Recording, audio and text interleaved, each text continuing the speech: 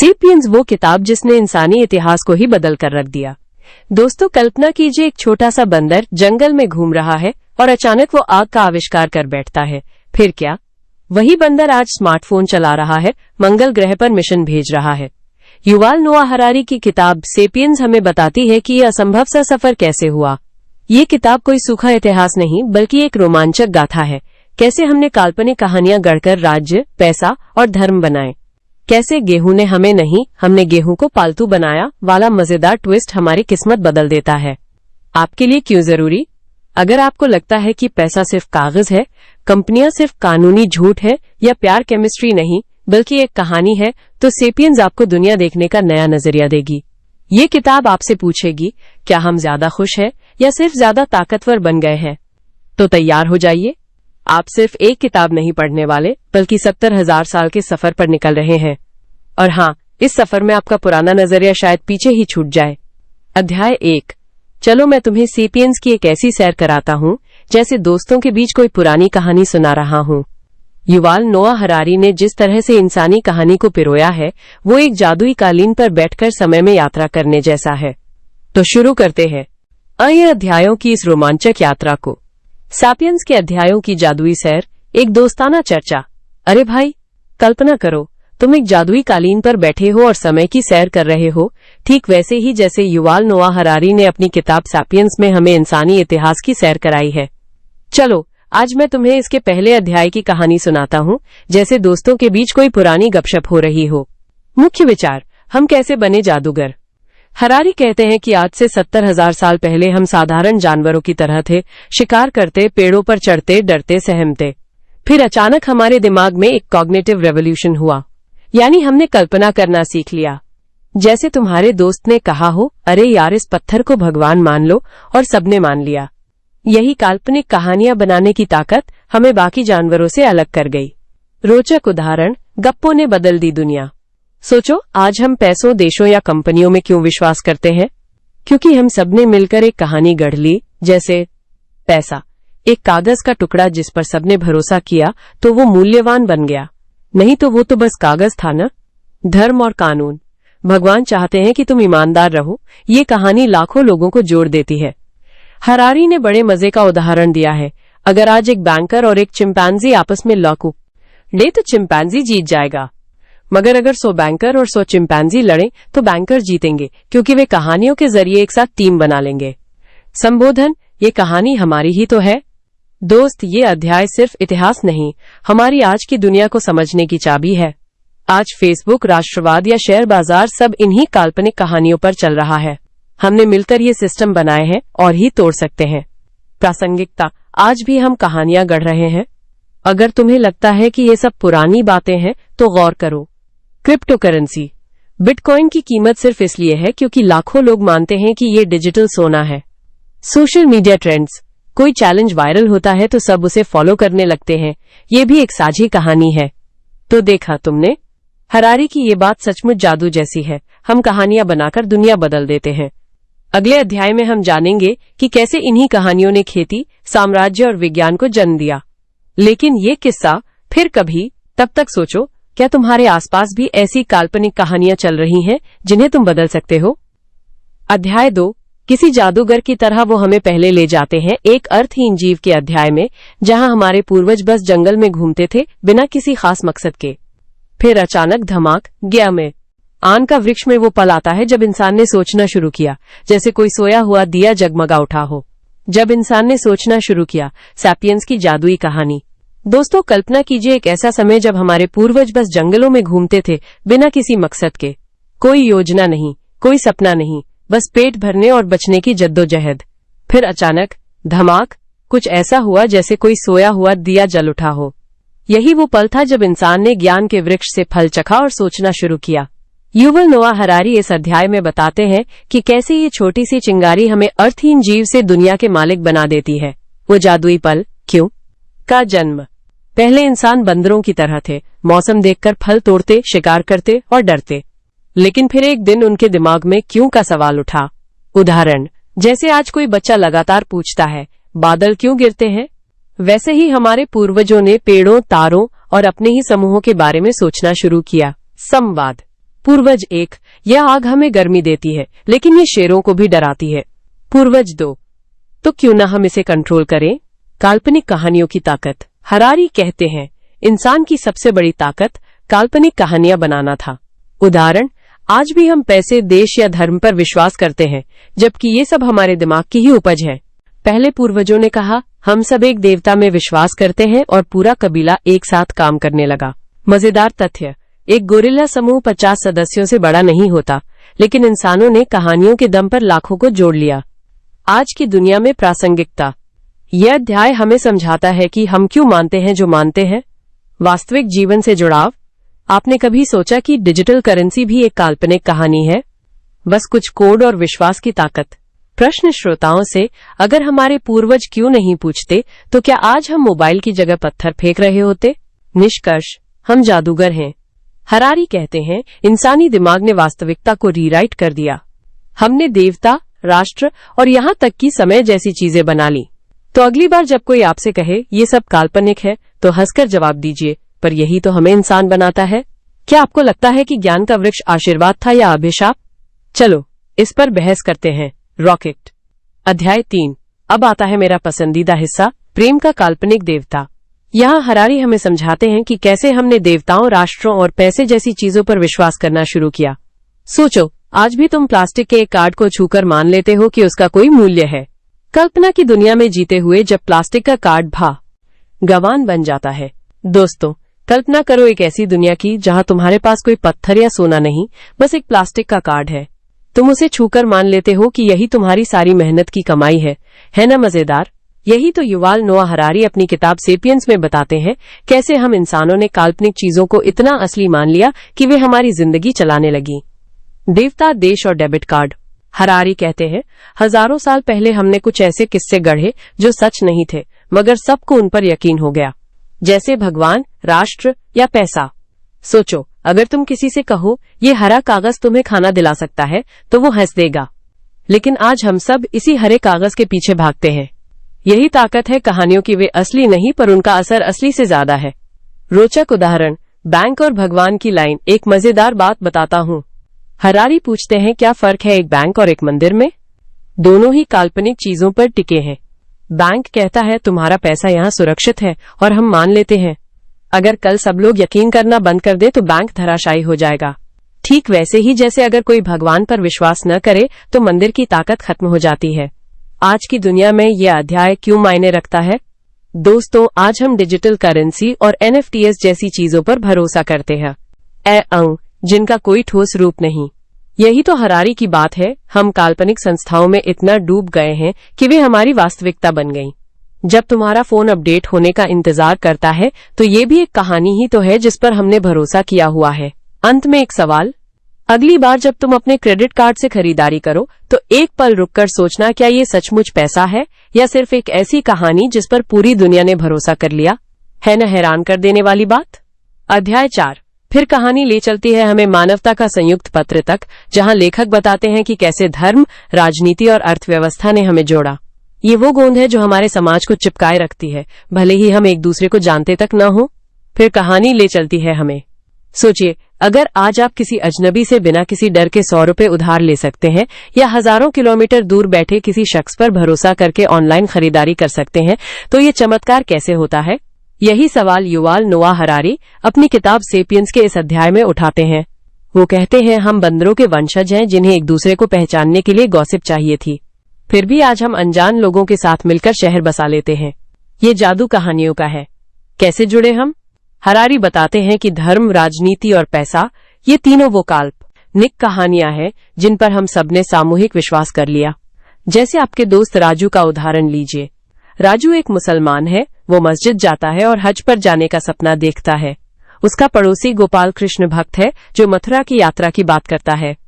दोनों अलग अलग कहानियों में विश्वास करते हैं, लेकिन एक ही रुपए का इस्तेमाल करते हैं, एक ही सरकार को टैक्स देते हैं।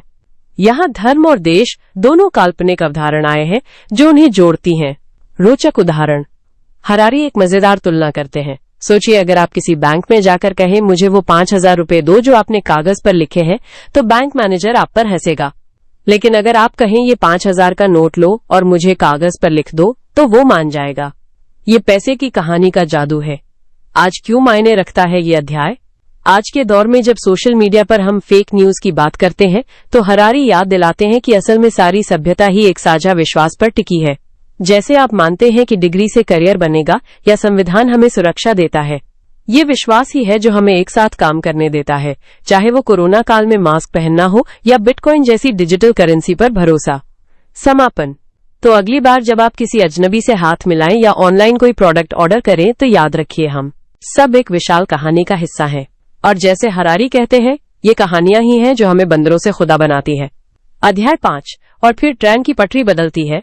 वैज्ञानिक क्रांति में हम अचानक खुद को प्रयोगशाला में पाते हैं। हरारी पूछते हैं, क्या हमने विज्ञान को खोजा या विज्ञान ने हमें खोज लिया? जैसे कोई जादू की छड़ी घुमाकर हमें आधुनिक युग में ले आया हो। और फिर ट्रेन की पटरी बदलती है। वैज्ञानिक क्रांति, एक जादुई सफर। दोस्तों, कल्पना कीजिए कि आप अचानक एक प्रयोगशाला में खड़े हैं। चारों तरफ विचित्र यंत्र, रंग बिरंगे तरल से भरी टेस्ट ट्यूब्स और वैज्ञानिक सफेद कोट पहने बड़बड़ा रहे हैं। युवाल नोआ हरारी हमसे पूछते हैं, क्या हमने विज्ञान को खोजा या विज्ञान ने हमें खोज लिया? जैसे कोई अलादीन का चिराग रगड़कर हमें मध्ययुग से सीधे आधुनिक दुनिया में फेंक दिया हो। विज्ञान की जादूगरी हमारी सोच का पलटा। पहले जमाने में लोग सोचते थे कि सारे जवाब धर्म ग्रंथों या पुरखों की बातों में छिपे हैं। फिर अचानक कुछ लोगों ने कहा, क्यों न हम प्रयोग करके देखें? क्या पता प्रकृति के राज खुद बताएं। यही थी वैज्ञानिक क्रांति की शुरुआत। जैसे कोई बच्चा खिलौनों को तोड़ जोड़कर उनका राज जानने की कोशिश करता है, वैसे ही गैलीलियो ने दूरबीन से आसमान को छेड़ना शुरू किया और उसने पाया कि पृथ्वी सूर्य के चक्कर लगाती है। बस फिर क्या था, चर्च की नाराजगी झेलनी पड़ी। संवाद जो इतिहास बदल देते हैं। हरारी एक मजेदार तुलना करते हैं। पुराने जमाने के लोगों को लगता था कि अगर वे सब कुछ जानते हैं तो नया क्या खोजें। जैसे कोई रसोइया ये मानकर चले कि उसने सारे मसाले खोज लिए हैं। फिर न्यूटन आए और सेब के गिरने ने उनके दिमाग की ट्रेन की पटरी बदल दी। उन्होंने गुरुत्वाकर्षण का नियम दिया और हमें एहसास हुआ, अरे हम तो बहुत कुछ नहीं जानते। यही विनम्रता विज्ञान की ताकत बनी। इचबोरॉट, आज के जीवन में इसकी प्रासंगिकता। सोचिए, आपके हाथ में ये मोबाइल कैसे आया? एक वैज्ञानिक ने प्रयोगशाला में बैठकर सोचा होगा, क्या तारों के बिना संदेश भेजा जा सकता है? आज हम उसी सवाल का जवाब टैप कर रहे हैं। विज्ञान ने हमें वो दुनिया दी जहां हम डॉक्टरों से पूछते हैं, भैया ये वैक्सीन कैसे बनी? न कि ओझाओं से भूत प्रेत का इलाज बताओ। अंत में एक सवाल आपके लिए। अगली बार जब आप किसी नई टेक्नोलॉजी को देखें तो खुद से पूछिए, क्या ये खोज हमारी जरूरत थी या इसने हमें नई जरूरतें दिखा दी? जैसे इंटरनेट ने कहा, लो अब तुम बिना इसके जी ही नहीं पाओगे। इस अध्याय की सीख, विज्ञान कोई जादू नहीं, बस हमारी जिज्ञासा का नतीजा है। और हाँ, अगर कोई आपसे कहे कि सब पहले से लिखा जा चुका है तो उसे गैलीलियो वाली बड़े ऊरबीन देखने को कह दीजिएगा। अध्याय 6। मगर कहानी यहीं खत्म नहीं होती।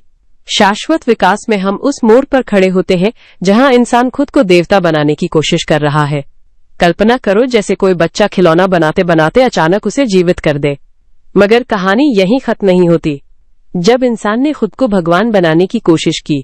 दोस्तों, कल्पना करो एक बच्चा अपने खिलौनों से खेलते खेलते अचानक उन्हें जीवित कर दे। है ना हैरान करने वाली बात? युवाल नोआ हरारी अपनी किताब सेपियंस में ठीक यही डर और उम्मीद हमारे सामने रखते हैं।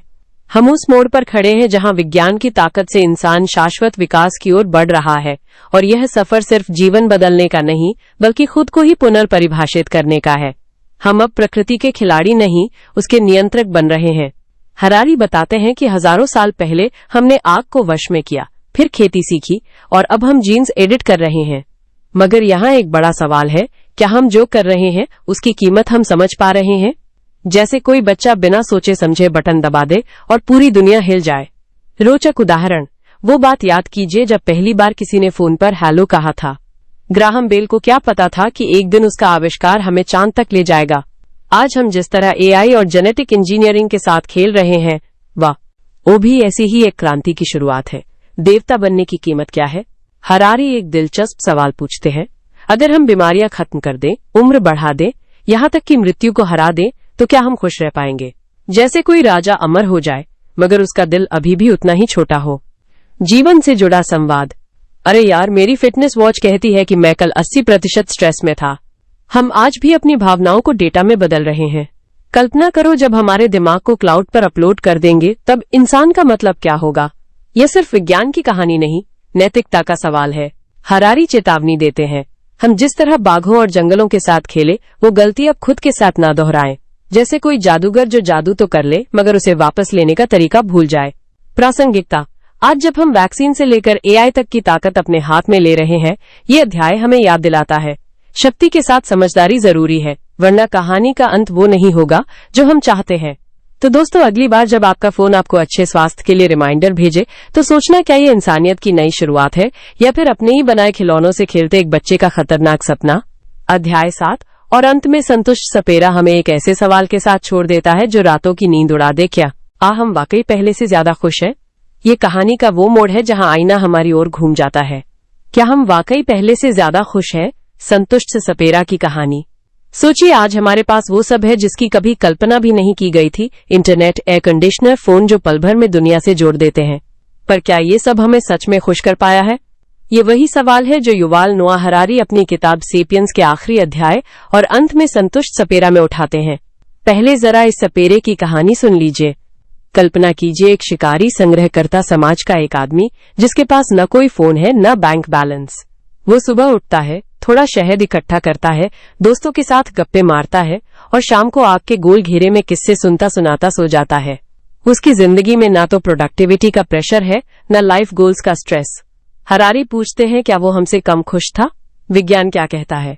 दिलचस्प बात यह है कि शोध बताते हैं कि इंसानी खुशी एक बेस लाइन पर टिकी होती है। चाहे आपके पास नया गाड़ी आ जाए या मकान, कुछ महीनों बाद वही और चाहिए की भावना लौट आती है। ये हमारे डीएनए में बसा है, हमेशा अगले शिकार, अगले लक्ष्य की तरफ भागना। फिर आज की सुख सुविधाओं का क्या? हरारी एक तीखा सच बताते हैं, हमने आराम और सुख को गड़मड़ कर दिया है। आज हमारे पास एयर कंडीशनर है पर नींद गायब है। सोशल मीडिया पर 1000 दोस्त हैं पर अकेलापन बढ़ता जा रहा है। क्या ये प्रगति है या फिर हमने खुद ही एक सुनहरे पिंजरे का निर्माण कर लिया है? एक मजेदार उदाहरण, कल्पना कीजिए, आपका पड़ोसी एक नई कार लेकर आता है। पहले हफ्ते आपको जलन होती है, फिर आप भी लोन लेकर उससे बेहतर कार खरीद लेते हैं। अब आप खुश हैं, लेकिन कब तक? जब तक तीसरा पड़ोसी आपसे भी शानदार कार नहीं ले आता। ये खुशी की दौड़ कभी खत्म नहीं होती। क्या है इस अध्याय की प्रासंगिकता? आज जब हम अधिकतम उत्पादकता और लगातार विकास के पीछे भाग रहे हैं, ये अध्याय हमें रुककर सोचने को कहता है, क्या हमारी प्रगति का मकसद सिर्फ अधिक से अधिक पाना है या फिर संतुष्टि के साथ जीना सीखना है? शायद हमें उस सपेरे से कुछ सबक लेने की जरूरत है जिसने बिना विश्व युद्ध, बिना जलवायु संकट के हजारों साल गुजार दिए। तो अगली बार जब आप अपने फोन पर नोटिफिकेशंस चेक करते हुए थक जाएं, खुद से पूछिए, क्या मैं उस सपेरे से ज्यादा खुश हूं? शायद जवाब आपको चौंका दे। अध्याय 8। ध्यान रखें, यहाँ केवल अध्यायों के नाम मूल पुस्तक से लिए गए हैं, शेष विवरण कहानी कहने की शैली में जोड़े गए हैं। अध्याय, कल्पना की शक्ति। जब विचारों ने दुनिया बदल दी, वो क्या था जिसने इंसानों को बाकी जानवरों से अलग कर दिया? दिमाग का आकार, हाथों का कौशल? नहीं दोस्तों, युवाल नूर हरारी बताते हैं कि कल्पना की शक्ति ही वो जादू था जिसने हमें देवताओं, राष्ट्रों और बैंकों की दुनिया बनाने का हुनर दिया। कल्पना का नेटवर्क। सोचिए, एक शेर और इंसान जंगल में आमने सामने आए। शेर की ताकत, पंजे और दांत हैं। इंसान के पास बस एक कहानी, हम दोनों एक ही जनजाति के हैं, इस पेड़ के नीचे रहते हैं और तुम्हें मेरी रक्षा करनी है। ये काल्पनिक विश्वास ही समाज की नींव बना। चाहे धर्म हो, पैसा हो या संविधान, ये सब कल्पना के धागों से बुने गए हैं। रोचक मोड़। एक बार की बात है, 70,000 साल पहले होमो सेपियंस ने फुसफुसाते हुए कहा, क्या तुम्हें लगता है कि ये बाघ की मूर्ति हमें शिकार में सफलता देगी? और फिर जादू हुआ। सामूहिक कल्पना ने उन्हें संगठित किया, भाषा दी और आज हम सब उसी कहानी का हिस्सा हैं। आज के लिए सबक। अगर आप सोच रहे हैं कि ये प्राचीन बातें आपसे कैसे जुड़ती हैं, तो जरा अपने फोन को देखिए। क्या वो सिर्फ प्लास्टिक और मेटल है? नहीं, वो एप्पल या सैमसंग की कहानी है जिस पर आप भरोसा करते हैं। कंपनियां, देश, यहाँ तक कि प्यार भी एक साझी कल्पना पर टिका है। तो अगली बार जब कोई कहे ये सब तो केवल विचार है, तो मुस्कुराकर जवाब दीजिएगा, विचार ही तो वो चिंगारी हैं जिन्होंने सभ्यता की मशाल जलाई। चलो दोस्तों, आज का बड़ी ये कहानी यहीं समाप्त करते हैं। पर हाँ, बस इतना ही नहीं। एक पल के लिए सोचिए, जैसे कोई मजेदार फिल्म खत्म होती है तो आखिरी सीन में क्या होता है? हीरो का कोई मस्त डायलॉग, कोई ट्विस्ट या फिर अगले पार्ट का इंतजार कराने वाला कोई क्लिफ हैंगर। वैसे ही आज के एपिसोड का अंत हम कुछ ऐसे ही करेंगे। पहला, आपने आज जो कुछ सीखा वो तभी याद रहेगा जब आप इसे अपने दोस्तों के साथ शेयर करेंगे। तो चैनल को सब्सक्राइब करना मत भूलिए, वरना अगली बार जब कोई आपसे पूछे, अरे यार वो किताब वाली बात कहाँ सुनी थी, तो आप कहेंगे अब याद नहीं। ऐसा मत होने दीजिए। दूसरा, अगले एपिसोड में क्या होगा? एक छोटा सा संकेत हम बात करेंगे उस किताब की जिसने एक पूरी पीढ़ी का सपना बदल दिया। लगता है आपको अंदाजा हो गया? नहीं? तो इंतजार कीजिए, क्योंकि ये राज आपको खुद ही सुनना होगा। और आखिरी बात, अगर आपको आज का एपिसोड पसंद आया तो लाइक बटन को इतना जोर से दबाइए कि YouTube का एल्गोरिदम भी हैरान रह जाए, क्योंकि आपकी हर एक लाइक, हर एक कमेंट हमें और भी बेहतर कंटेंट लाने के लिए प्रेरित करता है। तो फिर अगले एपिसोड तक के लिए किताबें पढ़ते रहिए, कहानियां सुनते रहिए और याद रखिए, हर किताब की हर लाइन में छुपा होता है एक नया संसार।